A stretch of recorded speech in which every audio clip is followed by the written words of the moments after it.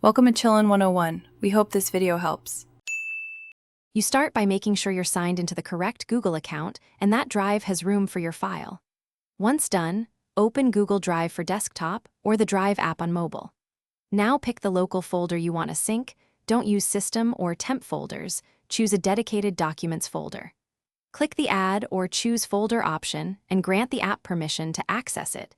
This connects that local folder directly to your drive, so syncing can begin automatically. Next, you configure how sync behaves. Pick whether to stream or mirror files, or sync only specific folders. You want two-way sync if you'll edit on both ends. Choose mirroring for offline access. Adjust exclusions for large files or formats you don't need, and limit bandwidth if uploads slow your network. After saving settings, confirm the folder shows up in both your local File Explorer and Drive Web. This confirms the sync mapping, so changes will propagate reliably in both directions. To finish, test the connection. Edit a file locally and then open Drive Web to verify the change synced.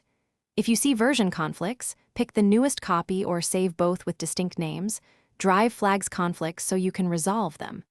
If syncing stalls, restart the Drive app, confirm you're on the right account, and check the app status or activity log for errors. If errors persist, pause syncing briefly and then resume. That often clears transient network or permission issues. Thanks for watching. Consider subscribing if we helped you.